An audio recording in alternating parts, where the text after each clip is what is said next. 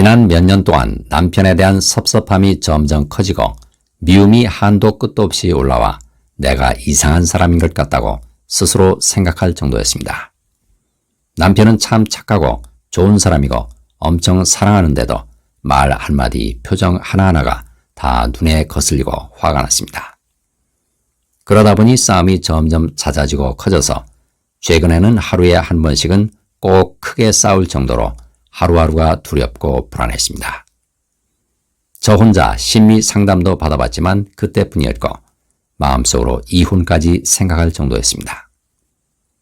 거울 명상도 몇 년간 종종 해왔는데 남편은 여전히 무뚝뚝하고 표현을 못하는 사람으로 다가왔습니다. 저는 늘 피해자로 느껴졌습니다. 남편이 내게 별다른 피해를 주는 것도 아닌데 왜 나는 피해자로 느껴지는 걸까요? 말이 없고 무뚝뚝한 남편의 모습이 이혼을 생각할 정도로 두렵게 느껴진다는 것도 이상한 일입니다. 상대는 내가 알아차리지 못한 내 모습을 보여주는 거울입니다. 남편을 마주할 때마다 내가 알아차리지 못한 무의식 속의 피해자가 자꾸 올라와서 남편을 가해자로 바라보는 것입니다. 이 피해자는 언제부터 내 무의식 속에 억눌려 있었던 걸까요? 최근에도 너무 화가 나고 힘들어서 영상들을 연달아서 본 뒤 거울을 바라봤는데 갑자기 어렸을 때 엄마가 저한테 냉정하다고 화내던 장면이 떠올랐습니다. 그동안 저는 저의 입장에서만 어릴 때 암으로 돌아가셨던 엄마에 대한 원망만 계속 털어놓았었는데 그날은 신기하게도 갑자기 엄마의 입장에서 말이 나오기 시작했습니다. 내가 모든 걸 다 바쳐서 애지중지 너를 키우는데 너무 섭섭하다. 내가 할 수 있는 건 다 해줬어. 너무 아프고 힘들었는데 몰라주니 너무 섭섭해. 날 그만 좀 원망하면 안 되겠니?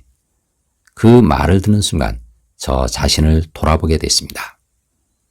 엄마가 아파서 암으로 돌아가시는 와중에도 엄마에게 힘이 되어주지 못했고 갑자기 돌아가시고 나서는 엄마가 날 버렸다고 생각해왔구나. 내가 그동안 피해자 행세를 해왔는데 사실은 가해자였구나 라고 느껴졌습니다. 엄마는 왜 내가 어릴 때 나에게 냉정하다고 화냈던 걸까요? 딸인 나한테 버림받았다고 느꼈기 때문입니다. 엄마의 무의식 속엔 버림받은 어린아이가 억눌려 있었던 것입니다. 그렇다면 나는 왜 엄마를 냉정하게 대했을까요? 내 무의식 속에도 역시 버림받은 어린아이가 억눌려 있었기 때문입니다. 엄마는 결국 버림받은 존재로 살아가는 두려움과 수치심을 치유하지 못한 채 끝내 암으로 세상을 떠나고 말았습니다. 엄마가 일찍 세상을 떠나면서 버림받은 어린아이로 살아가는 나의 아픔도 더욱 커졌습니다. 난 엄마한테 버림받은 피해자가 되어버렸습니다. 나를 피해자와 동일시하고 살아가면 반드시 새로운 가해자가 나타나 내 아픔을 보여줍니다. 나는 지금 누구를 가해자로 느끼고 있습니까? 무뚝뚝한 남편을 나를 버린 가해자로 느끼고 있습니다. 하지만 남편은 사실은 돌아가신 엄마가 싫어했던 냉정했던 내 모습을 보여주는 거울입니다. 내가 알아차리지 못하는 내 모습을 어릴 때는 엄마가 거울처럼 비춰줬고 결혼한 뒤에는 남편이 거울처럼 비춰주고 있습니다. 내가 버림받은 어린아이를 놓아주지 못하고 결혼했기 때문에 그 아이의 아픔을 공명시켜줄 남편을 만났던 것입니다. 엄마와 남편을 내 모습을 비춰주는 거울로 받아들이면 엄마도 치유되고 나도 치유되고 남편도 치유됩니다. 내가 엄마의 아픔을 느껴주자 내 입에서 내 딸 미애가 불쌍해, 미애가 불쌍해 하는 엄마의 말이 나왔습니다. 냉정한 딸도 너무 사랑하고 걱정하는 엄마의 마음이 느껴져 오열했습니다. 나 스스로 난 불쌍해 라고 하면 감정이 안 올라오는데 엄마의 입장에서 내 딸 미애가 불쌍해 라고 하면 오열이 나오는 게 너무 신기했습니다. 엄마의 입장에서 내가 너한테 모든 정성을 쏟았는데 어떻게 엄마 아프냐는 말 한마디도 없는지 너무 서운하구나 하는 말이 나올 때는 눈물이 줄줄 흘렀습니다. 하지만 제 입장에서 엄마 너무너무 미안해, 너무 후회돼 라고 말할 때는 오히려 별 감정이 안 느껴졌습니다. 엄마의 감정이 내 몸에 들렀다가는 건가 하는 생각이 들었습니다. 그 뒤로는 남편의 말이나 표정이 예전처럼 섭섭하게 느껴지지가 않았고 무뚝뚝해도 별로 화도 나지 않았습니다. 매일 하던 싸움도 벌써 보름도 넘게 하지 않고 있습니다. 너무나 신기합니다. 내 입장에서만 버림받은 두려움을 표현하면 왜 감정이 잘 올라오지 않을까요? 내 몸을 나와 동시하게 되고 두려움도 역시 나와 동시하게 되기 때문입니다. 하지만 엄마의 입장에서 두려움을 표현하면 나는 몸을 벗어난 관찰자가 됩니다. 관찰자는 나의 입장에서 두려움을 느껴줄 수도 있고 엄마의 입장에서 두려움을 느껴줄 수도 있습니다. 엄마는 이미 세상을 떠났지만 엄마의 두려움은 내 두려움과 공명하며 내 무의식 속에 억눌려 있습니다. 이렇게 관찰자의 텅 빈 마음속에서 두려움을 느껴주면 공명하는 두려움이 텅 빈 마음속으로 사라집니다. 돌아가신 엄마와 함께 살던 장면들을 떠올려 봅니다.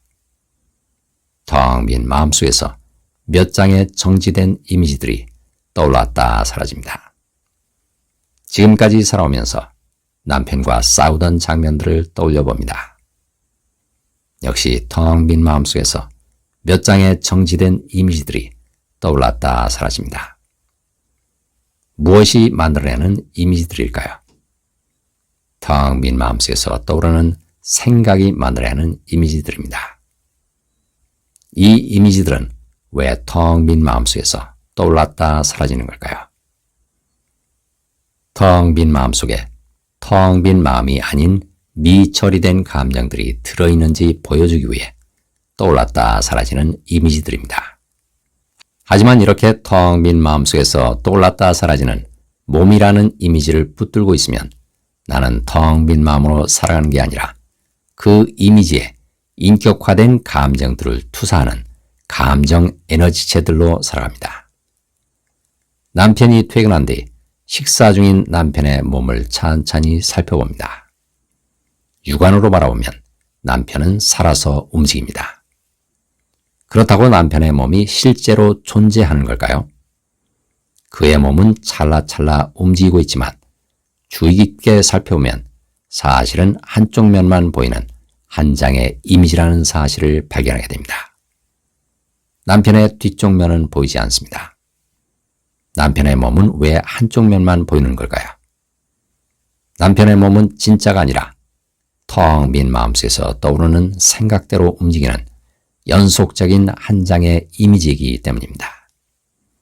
이쪽에서 바라보면 이렇게 보이고 저쪽에서 바라보면 저렇게 보입니다. 이쪽 면이 보인다고 생각하면 이쪽 면이 보이고 저쪽 면이 보인다고 생각하면 저쪽 면이 보입니다.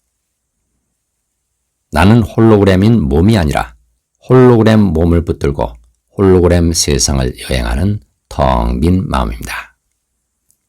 홀로그램 몸을 나라고 붙잡지만 않으면 홀로그램 세상은 텅 빈 마음속에서 떠오르는 생각대로 돌아가는 이미지입니다. 피해자와 가해자는 내가 홀로그램 몸을 붙들고 홀로그램 세상 속에 갇혀 있을 때만 존재하는 짝이 되는 생각입니다. 내가 피해자라는 생각의 딱지를 나라는 홀로그램에 붙여놓으면 가해자라는 생각의 딱지가 붙은 홀로그램이 나타나 나를 괴롭히게 됩니다. 나는 홀로그램 현실 속의 홀로그램이 아닙니다. 텅 빈 마음속에서 떠오르는 생각으로 홀로그램 몸과 홀로그램 세상을 만들어 텅 빈 마음속에서 떠오르는 온갖 감정들을 느껴보는 텅 빈 무한한 마음입니다. 작은 치유 사례도 많은 분들에게 큰 도움이 될 수 있습니다. 사례를 보내줄 곳은 swkim1217@naver.com입니다. 감사합니다.